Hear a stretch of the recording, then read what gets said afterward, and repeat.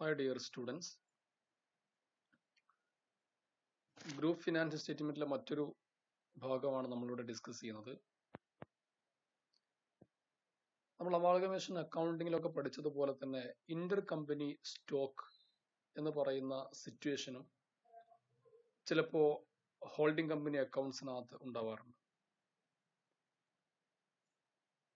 Holding company subsidiary കമ്പനിക്ക് വിൽക്കുന്ന goods അതിന്റെ ഒരു ഭാഗം ചിലപ്പോൾ സബ്സിഡറി കമ്പനിയുടെ സ്റ്റോക്കിനകത്ത് അൺസോൾഡ് ഗുഡ്സ് ആയിട്ട് വന്നിട്ടുണ്ടാവാം. അതല്ലെങ്കിൽ തിരിച്ച് സബ്സിഡറി കമ്പനി ഹോൾഡിംഗ് കമ്പനിക്ക് വിൽക്കുന്ന ഗുഡ്സിനകത്ത് ഒരു ഭാഗം ചിലപ്പോൾ ഹോൾഡിംഗ് കമ്പനിയുടെ അൺസോൾഡ് ഗുഡ്സ് ആയിട്ട് സ്റ്റോക്കിനകത്ത് വന്നിട്ടുണ്ടാവാം. അപ്പോൾ ഇത്തരത്തില് ഇന്റർ കമ്പനി സ്റ്റോക്ക് വരുന്ന ഒരു സിറ്റുവേഷൻ വരുമ്പോൾ അത് ഹോൾഡിംഗ് കമ്പനിയുടെ സ്റ്റോക്കിലായിരുന്നാലും സബ്സിഡറി കമ്പനിയുടെ സ്റ്റോക്കിനകത്തായിരുന്നാലും അതിനകത്ത് നമ്മൾ നേരത്തെ അമാൽഗമേഷൻ അക്കൗണ്ടിങ്ങിൽ പഠിച്ചതുപോലെ വരുന്ന അൺറിയലൈസ്ഡ് പ്രോഫിറ്റിന്റെ എലിമെന്റ് ഉണ്ടാവും. അതിനെ നമ്മൾ അഡ്ജസ്റ്റ് ചെയ്യണം. അത് നമ്മൾ ചെയ്യുന്നത് സ്റ്റോക്കിന്റെ എമൗണ്ട്, ഇപ്പോൾ ഹോൾഡിംഗ് കമ്പനിയുടെയും സബ്സിഡറി കമ്പനിയുടെയും മൊത്തം സ്റ്റോക്കിന്റെ എമൗണ്ട് എടുത്തിട്ട് അതിന് ടോട്ടൽ എമൗണ്ടിൽ നിന്ന് ഈ ഇന്റർ കമ്പനി സ്റ്റോക്കിന്റെ ഭാഗമായിട്ട് വരുന്ന അൺറിയലൈസ്ഡ് പ്രോഫിറ്റ് എത്രയാണോ അത് കുറച്ചിട്ട് ബാലൻസ് ഷീറ്റിന്റെ അസറ്റ് സൈഡിൽ കറണ്ട് അസറ്റ്സിൽ സ്റ്റോക്കിനെ കാണിക്കുക എന്നുള്ളതാണ് ഒരു ആസ്പെക്ട്. ഹോൾഡിംഗ് കമ്പനിയുടെയും സബ്സിഡറി കമ്പനികളുടെയും ഇൻഡിവിജ്വൽ ആയിട്ടുള്ള സ്റ്റോക്കിന്റെ ടോട്ടൽ എടുത്ത ശേഷം കിട്ടുന്ന ഫിഗറിൽ നിന്ന് ഇന്റർ കമ്പനി സ്റ്റോക്കിലൂടെ ഉണ്ടാവുന്ന അൺറിയലൈസ്ഡ് പ്രോഫിറ്റ് എത്രയാണോ അത് കുറച്ച് ബാക്കി വരുന്ന ഭാഗം സ്റ്റോക്കിന്റെ വാല്യൂ ആയിട്ട് കാണിക്കുക. സെക്കൻഡ് ആസ്പെക്ട് എന്ന് പറയുന്നത് സ്വാഭാവികമായിട്ടും ഒരു കമ്പനി മറ്റൊരു കമ്പനിക്ക് ഗുഡ്സ് വിൽക്കുമ്പോൾ അത് പ്രോഫിറ്റ് ചാർജ് ചെയ്തുകൊണ്ടായിരിക്കും അല്ലെ. അങ്ങനെ പ്രോഫിറ്റിലാണ് ഹോൾഡിംഗ് കമ്പനി സബ്സിഡറി കമ്പനിക്കോ തിരിച്ചോ എന്ത് ചെയ്യുന്നത്, അവർ ഗുഡ്സ് വിൽക്കുന്നത്. ഇങ്ങനെ വിൽക്കുന്ന ഗുഡ്സ് ആണ് ഈ ഗുഡ്സ് വാങ്ങുന്ന കമ്പനിയുടെ സ്റ്റോക്കിൽ അൺസോൾഡ് ആയിട്ട് വരുന്നത് അല്ലെ. അപ്പൊ സ്വാഭാവികമായിട്ടും അതിൽ ഒരു കമ്പനി എന്ത് ചെയ്യുന്നുണ്ട്, ഈ രണ്ട് കമ്പനിയിൽ ഒരു കമ്പനി അതിന് പ്രോഫിറ്റ് ചാർജ് ചെയ്യുന്നുണ്ട്. ഈ പ്രോഫിറ്റ് എന്ത് പ്രോഫിറ്റ് ആണ്? നമ്മൾ അമാൽഗമേഷൻ അക്കൗണ്ടിൽ പഠിച്ചതുപോലെ തന്നെ അത് അൺറിയലൈസ്ഡ് പ്രോഫിറ്റ് ആണ്. അപ്പോൾ നമ്മൾ ചെയ്യുന്ന രണ്ടാമത്തെ ഒരു ആസ്പെക്ട് എന്ന് പറയുന്നത് ഇതാണ്. പ്രോഫിറ്റ് ആൻഡ് ലോസ് അക്കൗണ്ടിന്റെ എമൗണ്ട് കൺസോൾഡേറ്റ് ചെയ്യുന്ന ബാലൻസ് ഷീറ്റിനകത്ത് കാണിക്കുമ്പോൾ ആ പ്രോഫിറ്റിന്റെ എമൗണ്ടിൽ നിന്നുകൂടെ കുറക്കണം, ഈ അൺറിയലൈസ്ഡ് പ്രോഫിറ്റ് ഓൺ സ്റ്റോക്ക് അവിടെ കുറക്കണം. അപ്പൊ രണ്ട് ഭാഗത്ത് അഡ്ജസ്റ്റ്മെന്റ് വരുന്നുണ്ട്. ഒന്ന്, കൺസോൾഡേറ്റ് ചെയ്യുന്ന ബാലൻസ് ഷീറ്റിനകത്ത് സ്റ്റോക്കിന്റെ എമൗണ്ടിൽ നിന്ന് ഇന്റർ കമ്പനി സ്റ്റോക്കിന്റെ അൺറിയലൈസ്ഡ് പ്രോഫിറ്റ് കുറക്കണം. അതേപോലെ കൺസോൾഡേറ്റ് ചെയ്യുന്ന ബാലൻസ് ഷീറ്റിന്റെ ലയബിലിറ്റി സൈഡിൽ അല്ലെ, റിസർവ്സ് ആൻഡ് സർപ്ലസിൽ നമ്മൾ പ്രോഫിറ്റ് ആൻഡ് ലോസ് അക്കൗണ്ടിന്റെ എമൗണ്ട് കാണിക്കുമ്പോൾ ആ എമൗണ്ടിൽ നിന്നും ഇതേപോലെ തന്നെ unrealised profit on Inter company stock deduct ചെയ്യണം. അത്തരത്തിലാണ് നമ്മൾ അഡ്ജസ്റ്റ് ചെയ്യേണ്ടത്. അപ്പൊ അങ്ങനെയുള്ള ഒരു എക്സാമ്പിൾ ആണ് നമ്മൾ ഈ ഒരു ചെറിയ ക്ലാസ്സിൽ ഡിസ്കസ് ചെയ്യുന്നത്. നമുക്ക് ഇതിനകത്ത് കാണുന്ന ഇലിസ്ട്രേഷൻ 9 നോക്കാം. The liabilities and assets of the holding company H limited and its subsidiary S limited as on 31st December 2014. Holding company എച്ചിന്റെയും അതിന്റെ സബ്സിഡിയറി ആയിട്ടുള്ള എസ് ലിമിറ്റഡിന്റെയും 2014 December 31 statement of assets and liabilities ആണ് നമ്മൾ ഇവിടെ കാണുന്നത് അല്ലെ. അതിൽ ഷെയർ ക്യാപിറ്റൽ ഉണ്ട്, 10 രൂപയുടെ ഷെയർ ആണ്. Profit and loss account, general reserve and sundry creditors. Asset സൈഡിൽ buildings, plant and machinery, furniture. Then ഇൻവെസ്റ്റ്മെന്റ്സിനകത്ത് 5000 ഷെയർസ് ഇൻ എസ് ലിമിറ്റഡ് അല്ലെ. 5000 ഷെയർ ആണ് ഹോൾഡിംഗ് കമ്പനി സബ്സിഡറി കമ്പനിക്കകത്ത് ഹോൾഡ് ചെയ്യുന്നത്. 65,000 റുപ്പീസ് ആണ് കോസ്റ്റ് ഓഫ് ഇൻവെസ്റ്റ്മെന്റ് എന്ന് പറയുന്നത് അല്ലെ. ഇവിടെ നമ്മൾ നോക്കുമ്പോൾ ഷെയറിന്റെ എണ്ണം നോക്കിയാൽ എസിന്റെ ഷെയർ ക്യാപിറ്റൽ 75,000 ആണ്, ഡിവൈഡഡ് ബൈ 10, 7,500 ഷെയർസ് ആണുള്ളത് അല്ലെ. അപ്പൊ 7,500 ഷെയർസിൽ 5,000 ഷെയർസ് ആണ് ഹോൾഡിംഗ് കമ്പനി എച്ച് ഹോൾഡ് ചെയ്യുന്നത്. ബാക്കി 2,500 ഷെയർസ് ഔട്ട്സൈഡേഴ്സിന്റെ ഷെയർസ് ആണ്. അപ്പോൾ അത് നമ്മൾ ആ പ്രപ്പോർഷൻ എടുക്കുമ്പോൾ അവിടെ നോൺ കൺട്രോളിംഗ് ഇൻട്രസ്റ്റിന്റെ എമൗണ്ട് വരും. പിന്നെ സൺഡ്രി ഡെപ്റ്റേഴ്സിന്റെ എമൗണ്ട് ഉണ്ട് അസറ്റ് സൈഡിൽ. അതുപോലെ സ്റ്റോക്കും ക്യാഷും തന്നിട്ടുണ്ട്. Prepare the consolidated balance sheet as on 31st December 2014 by considering the following information.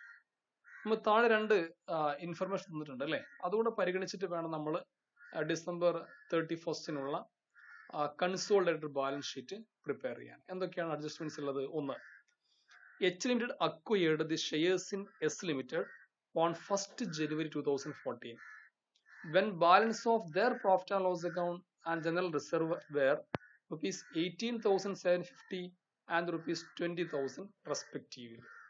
അല്ലേ, ഇവിടെ ഹോൾഡിംഗ് കമ്പനി സബ്സിഡറി കമ്പനിക്കകത്ത് ഷെയർ അക്വയർ ചെയ്യുന്നത് 2014 ജനുവരി 1-നാണ്. നമുക്ക് സ്റ്റേറ്റ്മെന്റ് എന്താണ്? ഡിസംബർ 2014 സ്റ്റേറ്റ്മെന്റ് ആണ് അല്ലെ. അപ്പോൾ ഈ അക്കൗണ്ടിങ് ഇയറിന്റെ ബിഗിനിങ്ങിൽ അല്ലെ തന്നെ എന്ത് ചെയ്തിട്ടുണ്ട്? ഈ പറയുന്ന 5000 ഷെയർ ഹോൾഡിംഗ് കമ്പനി അക്വയർ ചെയ്തിട്ടുണ്ട്. അപ്പോ ഇതിനകത്ത് വരുന്ന അല്ലെ പറയുന്നുണ്ട് ഈ ജനുവരി 1-ന് ഈ കമ്പനിയുടെ ബാലൻസ് ഷീറ്റിനകത്ത് കമ്പനിയുടെ ബാലൻസ് ഷീറ്റിനകത്ത് പ്രോഫിറ്റ് ആൻഡ് ലോസ് അക്കൗണ്ടിന്റെ ബാലൻസ് ആയിട്ട് 18,750 രൂപയും ജനറൽ റിസർവിന്റെ ബാലൻസ് ആയിട്ട് rupees 20,000 ഉണ്ടായിരുന്നു. ഇപ്പോൾ ഉള്ള ബാലൻസ് എങ്ങനെയാണ്? 75,000 പ്രോഫിറ്റ് ആൻഡ് ലോസ് അക്കൗണ്ടിൽ 43,750യും ജനറൽ റിസർവിൽ 31,250യുമാണ് അല്ലെ. അപ്പോൾ ഈ 43,750 എന്ന് പറയുന്ന എമൗണ്ടിൽ 18,750 എന്താണ്? ക്യാപിറ്റൽ പ്രോഫിറ്റ് ആണ്, ജനുവരിക്ക് മുമ്പുള്ള പ്രോഫിറ്റ് ആണ്. ഡിഫറൻസ് വരുന്ന എമൗണ്ട് ആണ് റവന്യൂ പ്രോഫിറ്റ്. അതേപോലെ 31,250 റിസർവിന്റെ എമൗണ്ടിൽ അല്ലെ 20,000 നേരത്തെയുള്ള പ്രോഫിറ്റ് ആണ്, ക്യാപിറ്റൽ പ്രോഫിറ്റ് ആണ്. ബാക്കി വരുന്ന പ്രോഫിറ്റ് ആണ് റവന്യൂ പ്രോഫിറ്റ് ഉണ്ടാവും. മറ്റൊന്ന് ഇന്റർ കമ്പനി സ്റ്റോക്കുമായി ബന്ധപ്പെട്ടുള്ള അഡ്ജസ്റ്റ്മെന്റ് ആണ്. Stock of rupees 40,000 held by S Limited includes rupees 15,000 of goods purchased from H Limited, who was charged a profit at 25% on cost. അല്ലെ, ഇവിടെ എസ് ലിമിറ്റഡിന്റെ സ്റ്റോക്ക് 40,000 റുപ്പീസിന്റെ സ്റ്റോക്കിനകത്ത് 15,000 എന്ന് പറയുന്നത് എച്ച് ലിമിറ്റഡിൽ നിന്ന് വാങ്ങിച്ചിട്ടുള്ള ഗുഡ്സ് ആണ്. അപ്പൊ അതിനകത്ത് കാണാൻ പറ്റും ഇവിടെ നമ്മൾ സ്റ്റോക്ക് ഓഫ് എസ് ലിമിറ്റഡ് നോക്കിയാൽ അല്ലെ എത്രയാണ്? 40,000 ആണ് സബ്സിഡറി കമ്പനിയുടെ സ്റ്റോക്ക് ഉള്ളത്. ഈ 40,000-ൽ 15,000 റുപ്പീസിന്റെ സ്റ്റോക്ക് എന്ന് പറയുന്നത് കമ്പനി എച്ചിൽ നിന്ന് വാങ്ങിച്ചിട്ടുള്ളതാണ്. അതിന് കമ്പനി എച്ച് എന്ത് ചെയ്യുന്നുണ്ട്? Charged a profit at 25% on cost. Cost പ്രൈസിന്റെ മുകളിൽ 25% പ്രോഫിറ്റ് ചാർജ് ചെയ്ത ശേഷം ആണ് 15,000 റുപ്പീസിന് ഈ ഗുഡ്സ് കമ്പനി എസിന് വിറ്റത്.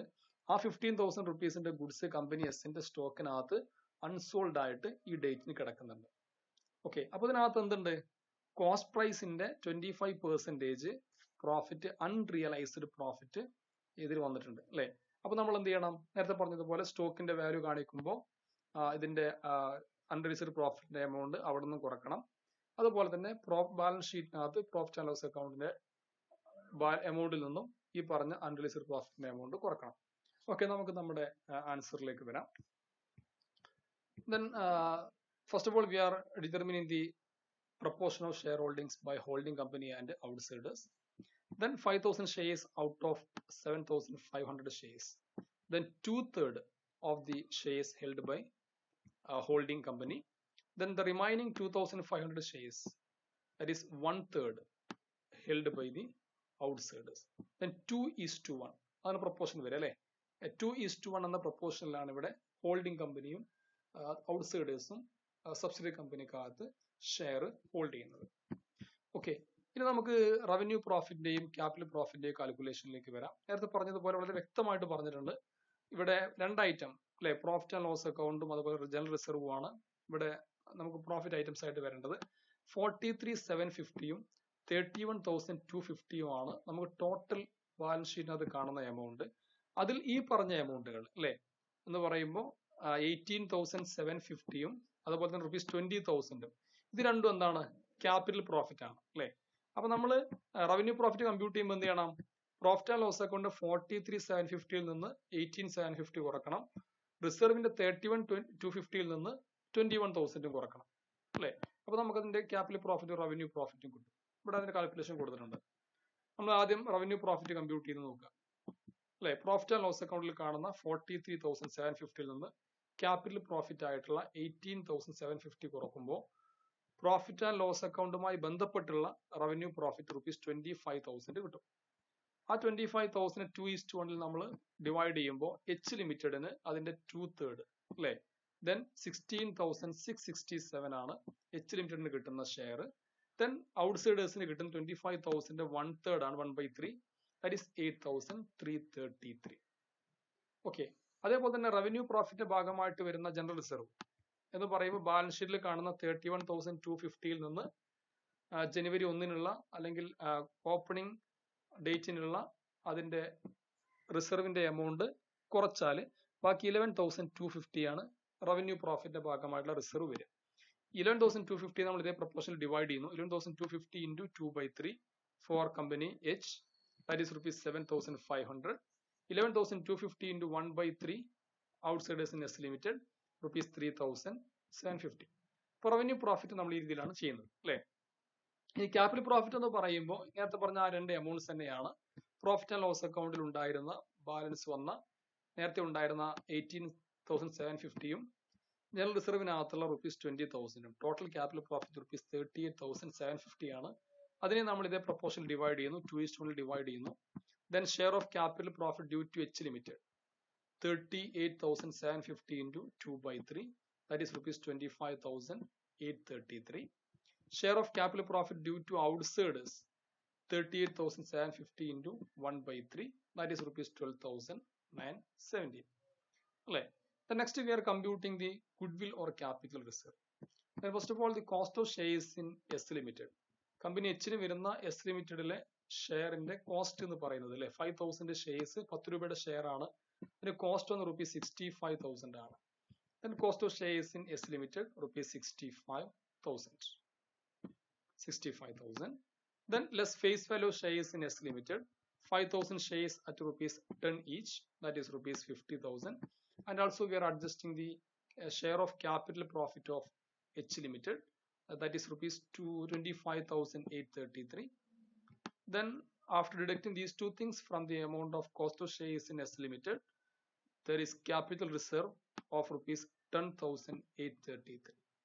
ഇവിടെ ക്യാപിറ്റൽ റിസർവ് ആണ് വരുന്നത്, ഗുഡ്വിൽ അല്ല, ക്യാപിറ്റൽ റിസർവ് ആണ് വരുന്നത്. ₹10,833 ആണ് അതിനകത്ത് അത് വരുന്നത് അല്ലെ. നമ്മൾ നോൺ കൺട്രോളിങ് ഇൻട്രസ്റ്റിലേക്ക് പോയാൽ ഇവിടെ നേരത്തെ കണ്ടതുപോലെ തന്നെ 7,500 ഷെയർസിൽ 2,500 ഷെയർസ് ഹോൾഡ് ചെയ്യുന്നത് ഔട്ട്സൈഡേഴ്സ് ആണ് അല്ലെ. അപ്പൊ അവർക്ക് അവരുടെ പെയ്ഡ് അപ്പ് വാല്യൂ ഷെയർസ് എന്ന് പറയുന്നത് 2,500 ഷെയർസ് into ₹10 each അല്ലെ. Then that is ₹25,000. 2,500 into 10. Then അവരുടെ ക്യാപിറ്റൽ പ്രോഫിറ്റിന്റെ ഷെയറും റവന്യൂ പ്രോഫിറ്റിന്റെ ഷെയറും എന്ത് ചെയ്യണം, നമ്മൾ ഇതിന്റെ കൂടെ ആഡ് ചെയ്യണം. അപ്പൊ ഔട്ട്സൈഡേഴ്സിന്റെ റവന്യൂ പ്രോഫിറ്റിന്റെ ഷെയർ എന്ന് പറയുന്നത് ഇവിടെ നമ്മൾ എടുക്കുകയാണെങ്കിൽ ഔട്ട്സൈഡേഴ്സിന്റെ റവന്യൂ പ്രോഫിറ്റിൽ പ്രോഫിറ്റ് ആൻഡ് ലോസ് അക്കൗണ്ടിൽ 8,333യും ജനറൽ റിസർവിൽ 3,750 വരുന്നു അല്ലെ. ടോട്ടൽ എടുക്കുമ്പോൾ 8,333 പ്ലസ് 3,750. ടോട്ടൽ എടുക്കുമ്പോൾ റവന്യൂ പ്രോഫിറ്റിന്റെ ഭാഗമായിട്ട് വരുന്ന എമൗണ്ട് 12,083 ആണ് അല്ലെ. ദെൻ ക്യാപിറ്റൽ പ്രോഫിറ്റിന്റെ ഷെയർ നമ്മൾ എടുക്കുകയാണെങ്കിൽ ഔട്ട്സൈഡേഴ്സിന് കിട്ടുന്ന ഷെയർ 12,917 ആണ്. അത് നമ്മൾ ഇതിന്റെ കൂടെ ആഡ് ചെയ്യുന്നു. അപ്പൊ അവരുടെ പെയ്ഡ് അപ്പ് വാല്യൂ ഷെയർസിന്റെ കൂടെ നമ്മൾ ക്യാപിറ്റൽ പ്രോഫിറ്റിന്റെയും റവന്യൂ പ്രോഫിറ്റിന്റെയും ഷെയർ കൂടെ ആഡ് ചെയ്യുമ്പോൾ ടോട്ടൽ അവർക്ക് ഡ്യൂ ആവുന്ന എമൗണ്ട് ₹50,000 ആണ്. അപ്പൊ നോൺ കൺട്രോളിങ് ഇൻട്രസ്റ്റിന്റെ എമൗണ്ട് ₹50,000 ഇതിനകത്ത് വരും അല്ലെ. ഇനി നമ്മൾ ബാലൻസ് ഷീറ്റിനകത്ത് കാണിക്കേണ്ട പ്രോഫിറ്റ് ആൻഡ് ലോസ് അക്കൗണ്ടിന്റെയും റിസർവിന്റെയും എമൗണ്ട് എന്താണെന്നുള്ളത് കൂടെ അതിനകത്ത് കമ്പ്യൂട്ട് ചെയ്യുന്നുണ്ട്. അപ്പൊ അതിലേക്ക് നമ്മൾ വരികയാണെങ്കിൽ ഇപ്പൊ ഇവിടെ ബാലൻസ് ഷീറ്റ് തന്നിട്ടുള്ള ബാലൻസ് ഷീറ്റിനകത്ത് പ്രോഫിറ്റ് ആൻഡ് ലോസ് അക്കൗണ്ടിന്റെ എമൗണ്ട് എച്ച് ലിമിറ്റഡ് ₹75,000 ആണ് അല്ലെ. അതുപോലെ ജനറൽ റിസർവ് ₹1 lakh ആണ്. ഈ രണ്ട് എമൗണ്ട് തന്നിട്ടുള്ളത്. നമ്മൾ അതിലേക്ക് നോക്കിയാൽ profit and loss account amount നമുക്ക് ആദ്യം നോക്കാം. പ്രോഫിറ്റ് ആൻഡ് ലോസ് അക്കൗണ്ടിന്റെ ബാലൻസ് എച്ച് ലിമിറ്റഡിന്റെ ബാലൻസ് നമ്മൾ നേരത്തെ കണ്ടതുപോലെ ₹75,000 ആണ് അല്ലെ. ഇനി എന്ത് ചെയ്യണം, കമ്പനി എച്ചിന് ഡ്യൂ ആകുന്ന പ്രോഫിറ്റ് ആൻഡ് ലോസ് അക്കൗണ്ടിൽ റവന്യൂ പ്രോഫിറ്റിന്റെ എമൗണ്ട് ഇവിടെ എടുക്കണം അല്ലെ. ഇവിടെ നമുക്ക് നോക്കാം. പ്രോഫിറ്റ് ആൻഡ് ലോസ് അക്കൗണ്ടിൽ കമ്പനി എച്ചിന് ഡ്യൂ ആവുന്ന ഷെയർ 16,667 ആണ്. അത് നമ്മൾ എന്ത് ചെയ്തു, ഇതിന്റെ കൂടെ ആഡ് ചെയ്തു 16,667. profit and loss account balance of H Limited in S Limited. Then rupees 91,667 കിട്ടി അല്ലേ. ഇനി നേരത്തെ പറഞ്ഞതുപോലെ ഇവിടെ എന്ത് വരുന്നുണ്ട്, ഇന്റർ കമ്പനി സ്റ്റോക്ക് വരുന്നുണ്ട് അല്ലെ. 15,000 റുപ്പീസിന്റെ ഗുഡ്സ്, അത്രയും രൂപയുടെ ഗുഡ്സ് കോസ്റ്റ് പ്ലസ് 25% പ്രോഫിറ്റിലാണ് കമ്പനി എച്ച് കമ്പനി എസിന് വിറ്റത്. അപ്പൊ അങ്ങനെയാകുമ്പോൾ അതിനകത്തുള്ള കോസ്റ്റ് പ്രൈസിന്റെ മുകളിലാകുമ്പോൾ നമ്മൾ അതിന്റെ പ്രോഫിറ്റ് കമ്പ്യൂട്ട് ചെയ്യുമ്പോൾ നമ്മൾ ഉപയോഗിക്കുന്ന ഫോർമുല എന്ന് പറയുന്നത് എന്താണ്, the value of stock into അല്ലെ percent of profit divided by cost plus percentage of profit, 100 plus percentage of profit. അപ്പൊ എങ്ങനെ വരും, 15,000 ഇൻറ്റു 25 ഡിവൈഡഡ് ബൈ 125 എന്ന് വരും. അതാണ് അൺറിയലൈസ്ഡ് പ്രോഫിറ്റിന്റെ എമൗണ്ട് വരിക, ദാറ്റ് ഈസ് റുപ്പീസ് 3,000.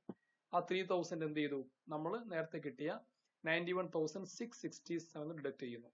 അപ്പോൾ റുപ്പീസ് 88,667 ആണ് പ്രോഫിറ്റ് ആൻഡ് ലോസ് അക്കൗണ്ടിലെ ബാലൻസ് വരിക. ഇനി ജനറൽ റിസർവിന്റെ ബാലൻസ് എങ്ങനെ കൺസോളിഡേറ്റഡ് ബാലൻസ് ഷീറ്റിനകത്ത് വരും, അത് നമുക്ക് നോക്കാം. General reserve balance of H limited as per the balance sheet given, that is rupees 1 lakh. നേരത്തെ കണ്ടു 1 lakh റുപ്പീസ് ആണ് ആ ബാലൻസ് ഷീറ്റിനകത്ത് കമ്പനി എച്ചിന്റെ ജനറൽ റിസർവിന്റെ എമൗണ്ട് വരുന്നത് അല്ലെ. ഇനി നമ്മൾ റവന്യൂ പ്രോഫിറ്റിന്റെ ഭാഗമായിട്ട് കമ്പനി എച്ചിന് കിട്ടുന്ന ഷെയർ ഉണ്ട് അല്ലെ, നമ്മൾ നേരത്തെ കമ്പ്യൂട്ട് ചെയ്തിട്ടുണ്ട്. ജനറൽ റിസർവിന്റെ കേസിൽ കമ്പനി എച്ചിന് ഡ്യൂ ആവുന്ന ഷെയർ എന്ന് പറയുന്നത് റുപ്പീസ് 7,500. ആ എമൗണ്ട് നമ്മൾ ഇതിന്റെ കൂടെ ആഡ് ചെയ്യണം. അപ്പോൾ rupees 7,500 is added as general reserve balance of H Limited. Then total rupees 1,07,500 എന്ന് പറയുന്ന എമൗണ്ട് ആണ് ജനറൽ റിസർവ് ആയിട്ട് ഇവിടെ കൺസോളിഡേറ്റഡ് ബാലൻസ് ഷീറ്റിനകത്ത് നമ്മൾ കാണിക്കുന്നത്. ഓക്കെ, ദെൻ നമ്മൾ ബാലൻസ് ഷീറ്റിനകത്തേക്ക് പോയാൽ അതിനകത്ത് ഫസ്റ്റ് ഇക്വിറ്റി ആൻഡ് ലയബിലിറ്റീസിൽ ഷെയർ ഹോൾഡേഴ്സിന്റെ ഫണ്ടാണ് അല്ലെ. Share capital note 1, share capital എന്താണ് വരുന്നത്, ഷെയർ ക്യാപിറ്റൽ ഇവിടെ നമ്മൾ ബാലൻസ് ഷീറ്റിനകത്ത് നോക്കിയാൽ കാണാൻ പറ്റും 2,50,000 റുപ്പീസ് ആണ് കമ്പനി എച്ചിന്റെ ഷെയർ ക്യാപിറ്റൽ. 10 രൂപയുടെ ഷെയർ ആണ് അല്ലെ. അപ്പൊ 25,000 ഷെയർസ് ഓഫ് റുപ്പീസ് 10 ഈച്ച് അതാണ് വരുന്നത്. അപ്പോൾ നമ്മൾ note 1 issued and subscribed 25,000 shares of rupees 10 each, rupees 2,50,000. Then second one reserves and surplus അല്ലെ, നോട്ട് നമ്പർ 2. അതിൽ നമ്മൾ റിസർവ് ആൻഡ് സർപ്ലസിൽ ഓൾറെഡി നമ്മൾ അത് 2 ഐറ്റം ആണ് ഇതിനകത്ത് നമ്മളിപ്പോ ബാലൻസ് ഷീറ്റിനകത്ത് ഇപ്പോൾ ഉള്ളത്. പ്രോഫിറ്റ് ആൻഡ് ലോസ് അക്കൗണ്ടും അതുപോലെ തന്നെ ജനറൽ റിസർവും ആണ് അല്ലെ. ഇത് രണ്ടിന്റെയും കാൽക്കുലേഷൻ നേരത്തെ നടത്തിയിട്ടുണ്ട്. ഇവിടെ നമ്മൾ നേരത്തെ ചെയ്തത് കാണാൻ പറ്റും. വർക്കിംഗ് നോട്ടിനകത്ത് നമ്മൾ കൊടുത്തിട്ടുണ്ട്. പ്രോഫിറ്റ് ആൻഡ് ലോസ് അക്കൗണ്ടിന്റെ എമൗണ്ട് 88,667 ആണ് വരേണ്ടത്. റിസർവിന്റെ എമൗണ്ട് 1,07,500, ജനറൽ റിസർവിന്റെ എമൗണ്ട് വരേണ്ടത്. പ്ലസ് എന്തുകൂടെ ഉണ്ട് ഇതിനകത്ത് തന്നെ ക്യാപിറ്റൽ റിസർവിന്റെ 10,833 വരും. ഈ 3 എമൗണ്ട് വരും അല്ലെ. Profit and loss account 88,667, general reserve rupees 1,07,500 and capital reserve rupees 10,833. അതിന്റെ 3ന്റെയും കൂടെ ടോട്ടൽ ആണ് നോട്ട് നമ്പർ 2 വരുന്ന റിസർവ്സ് ആൻഡ് സർപ്ലസിന്റെ എമൗണ്ട് റുപ്പീസ് 2,07,000. നമ്മൾ ബാലൻസ് ഷീറ്റിനകത്തേക്ക് ആയിട്ട് എടുക്കുന്നു 2,07,000. പിന്നെ നോൺ കൺട്രോളിംഗ് ഇൻട്രസ്റ്റ് ആണ്. Already we computed the amount of non controlling interest, that is rupees 50,000 അല്ലെ, 50,000 ആണ്. അപ്പോൾ ആ എമൗണ്ടും നമ്മുടെ ബാലൻസ് ഷീറ്റിനകത്ത് കാണിക്കണം, റുപ്പീസ് 50,000. നെക്സ്റ്റ് കറന്റ് ലയബിലിറ്റീസ് ആണ്. കറന്റ് ലയബിലിറ്റീസിൽ ഇവിടെ വരുന്ന ഐറ്റം സൺഡറി ക്രെഡിറ്റേഴ്സ് മാത്രമാണുള്ളത്. എച്ച് ലിമിറ്റഡ് 25,000ഉം എസ് ലിമിറ്റഡ് 17,500.